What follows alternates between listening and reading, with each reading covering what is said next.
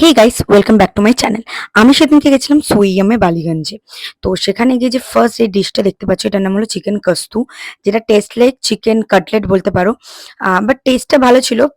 Thin যে লেয়ারটা ছিল সেটা খুব পাতলা ছিল, দ্যাটস ওয়াই এর ফ্লেভারটা আসছিল। আর এটা ছিল আইস টি। আইস টিটা এতটাই রিফ্রেশিং ছিল এত গরমের মধ্যে, বলবার মতো না। কোল্ড ড্রিঙ্কসের থেকে অনেক বেটার ছিল। যাই হোক, দেন আমি এখানে নিয়েছিলাম একটা কোরিয়ান চিকেন, যেটা টেস্ট একটা ট্যাঙ্গি ফ্লেভার আসছিল, যেটা বেশ ভালো লাগছিল। এটার পর যেটা নিয়েছিলাম একটা স্পাইসি র‍্যামেন অর্ডার দিয়েছিলাম, যেটা দেখতে জাস্ট অসাধারণ ছিল, আর স্যুপটাও খেতে খুব ভালো ছিল। বাট এটা এক ফোঁটা স্পাইসি না, মানে এর মধ্যে স্পাইসির কিচ্ছু নেই। আমরা তো স্পাইসি অর্ডার দিয়েছিলাম, জানি না কেন তাও কোনো স্পাইসি দেয়নি এটার মধ্যে।